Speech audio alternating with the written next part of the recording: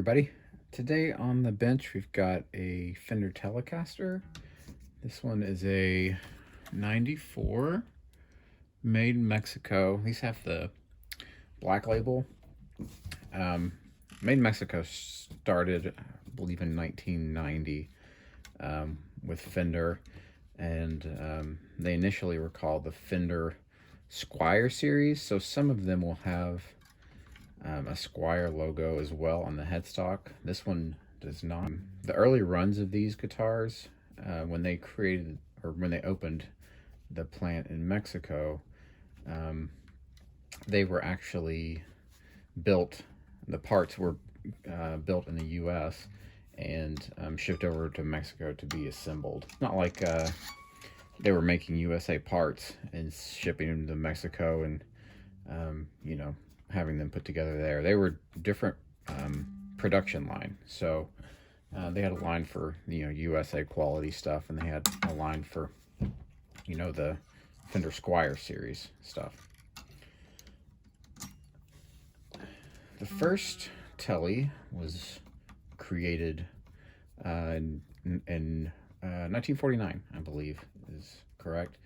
If you've never seen a picture of that, you can just Google snakehead Telecaster. I'll describe it in this way. It's kind of like someone from the future came back and told Leo Fender what a Telecaster was going to look like, and Leo paid attention for, you know, a little bit of the description, and then he just kind of made it up. So the body shape is the same, and there is a bridge pickup, and the neck is a bolt-on. That was kind of his big thing, is bolt-on necks. But other than that, it doesn't really look that similar. The headstock design is different. That's where it gets its name of snakehead Telecaster. It's a kind of a rectangle boxy shape. 3 per side tuners.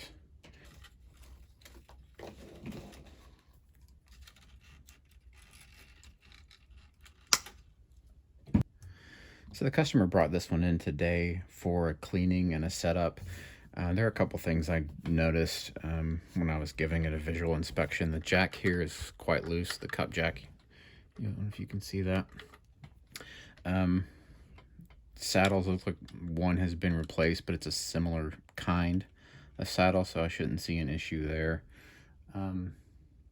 There's also some residue on the headstock. I don't know if that'll show up, but as I was mentioning before, some of these said Squier Series, and that's where that logo would have been. So I don't know if someone removed that or what, but you know, once we get this all cleaned and set up, you know, it's in good shape overall for its age. It's going to be a nice guitar. I ran into my first surprise here on taking it apart. You'll see that the volume knob, is coming loose from the base. It turns just a hair, but it doesn't actually control the volume. So there's a spot you can find where it's full signal out, and there's a spot you can find where it just cuts the whole signal.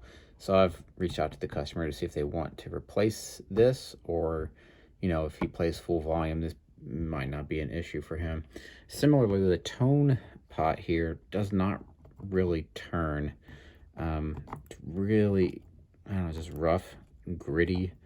I suspect maybe just the age of these. You know, this was made in 94. They look to be original from what I can see. So, you know, they're just old pots. It happens. Yeah, as I suspected, I got the other knob off the tone, and it's the same situation. This is coming loose from the base and no longer functions. It turns a little bit, but it doesn't actually change the tone at all. So I talked to the customer, and he does want to replace both of these, so we'll get that fixed up. I'm working for him.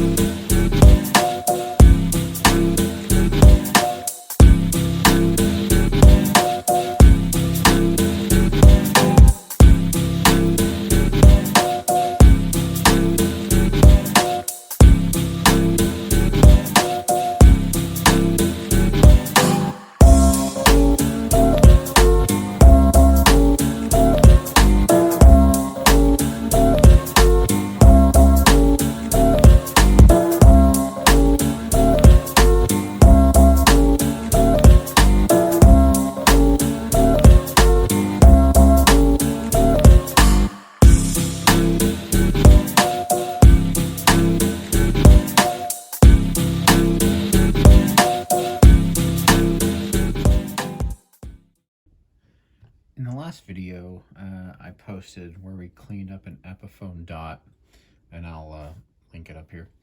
You know, when we got to cleaning the fretboard, I did razor scraping, I did a naphtha cleaning, and then I did an oiling. So that process is pretty different with a sealed board like maple, which you find on a lot of Telecasters and Stratocasters and things.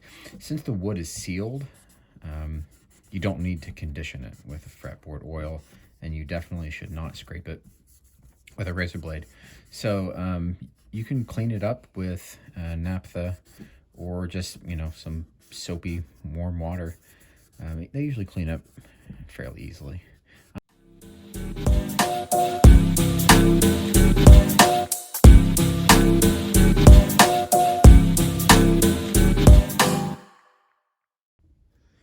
In the last video I did, when I was doing fret polishing, I misspoke. I said that I used a 3000 grit micro mesh, but it's actually a 5000. So I guess you could say when it comes to sandpaper, I'm pretty forgetful.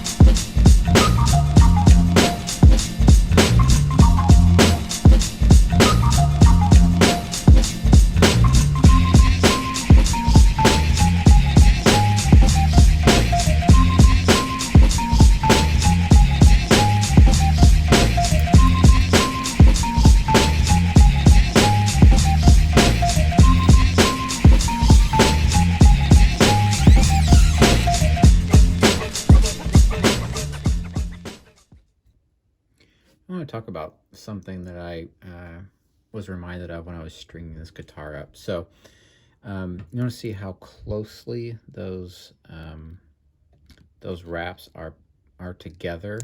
That has a big impact on tuning stability. And I mentioned in my last video about, you know, how B.B. King famously wrapped the entire length of the string around the posts. But in contrast, look at this one. So I started to wrap this, and you can see there's a gap between the wrappings. So watch what happens. Like, I don't know if you can hear this, but you have a note here, and then watch what happens when I put them closer together. Now you have a much lower note. So imagine that happening while you were playing. So to avoid that, all I have to do is cleanly wrap your string around the post each time, and you can go as you're tuning it up, just put those closer together, and as you tune, and that will just ensure that once you actually up to pitch, it's not going to jump out like you just saw happen there.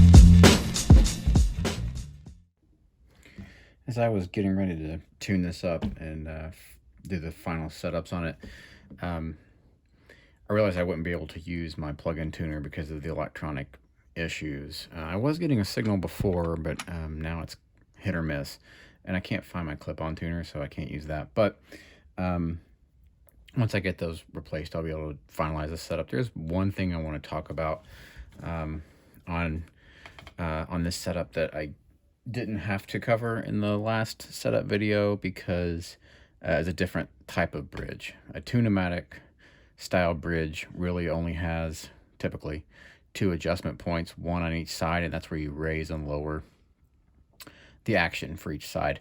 On a 6 saddle like this, each saddle has individual height adjustment via these 2 grub screws on either. Really what you have to keep in mind when you can change the height of individual saddles is you want to match the radius of the fretboard. And if you don't know what that is, fretboards on guitars are not flat unless you're doing like a slide or like a lap steel guitar. They might have a perfectly flat fretboard, but most of them have a curve that goes like this.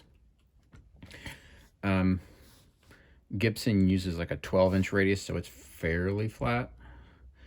Fender modern styles use like I think it's a 9.5. You guys will correct me if I'm wrong down in the comments, but a 9.5, so it's a little bit more rounded. And then a vintage style, like a 50s, 60s, 70s, they usually use a 7.25 inch, which is fairly round. I'm being a little bit over emphasizing here on the curve, but you want to match that in the saddles. You don't want them to be perfectly flat straight across while your fretboard is rounded. You want them to match that curvature. So typically that means your furthest outside strings will be the lowest. You'll be a little bit higher for the second set, and then your middle will basically match each other and be the highest too. The other thing to think about when you're doing these adjustments is, since you can adjust both sides, you could end up with a saddle that's cockeyed. You get really high on one side and low on the other side. So make sure when you're doing these adjustments to look down the bridge like this, and I'll see if I can get it on camera, to make sure that that saddle is flat straight across. It just makes it play a little bit better. The string's not going to want to fall off one edge or the other. So I'll overemphasize that here, and you can see what I mean.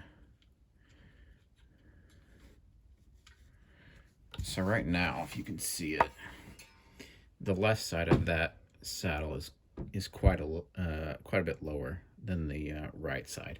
And naturally, as you strum, if you strum back this direction, since it's on that decline, it's going to want to pop off that side. So as you're doing that, just make sure you're matching the curve across, and each individual saddle is flat by itself. Okay. It's a couple days later, and I've had the chance to talk to the customer about this guitar. Gave him the bad news about both of the potentiometers being broken. So after some discussion, he and I decided on a pre-wired harness from Mojo Tone, excuse me. A couple things, you know, it gives him better electronics across the board. You can see that this switch is kind of cheap. These pots are small size. And the other thing that is a little odd with this guitar is that these are 500K value pots.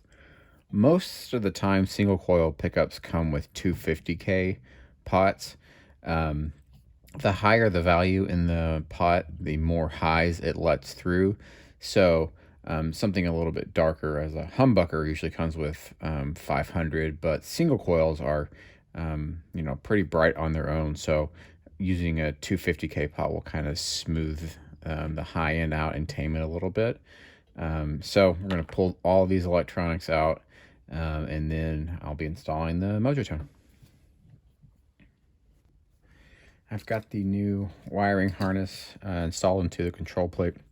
You can just see what a huge upgrade this is. I mean, look at the quality of that toggle switch here compared to the original. It's just PCB put together. And then, you know, the small 500K pots, and you got full size 250 here, and then a big 0.47 tone cap here versus this little one here. So huge upgrade all around. I just went ahead and did a test fit here. Sorry, it should go this way. And it's looking like once these wires are are out of the way or inside here, it'll drop right in. I'll need to follow the diagram to do the wiring here. And then I'll hook up the output jack, test it, and should be good to go. If you've never used one of these solder-free pre-wired from Mojo Tone, it's really easy to do. You can see up here on the top they have, sorry, let me get the camera. They have a ground, 3, ground, 2, ground, and 1.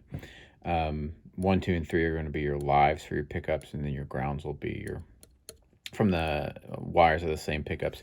So it's really easy to install. I'm not sure I'm going to get a good camera angle on this, but what you'll do is you press down. You can see in here that it'll open up a spot for the wire to go in, and then once the wire is in, you just release and it'll lock it in place. All right, so I've got everything wired up here, and one thing I need to fix about my previous statement, and if you guys have ever wired one of these, you probably knew it as soon as I said it.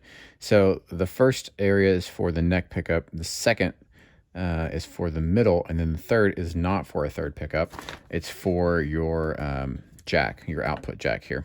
So what I'm going to do now is just test in continuity mode on the multimeter if things are wired up the way they should be. So this won't tell me if everything is wired up correctly, but it will tell me if things are not correct. So what I mean by that is I can check that all my grounds are running to ground and my hots are running to hot, but I need to plug the guitar in just to make sure it sounds the way that it's supposed to sound. So in continuity mode, this is kind of a cheap multimeter, but it gets the job done. But you might have trouble hearing it beep when the leads touch.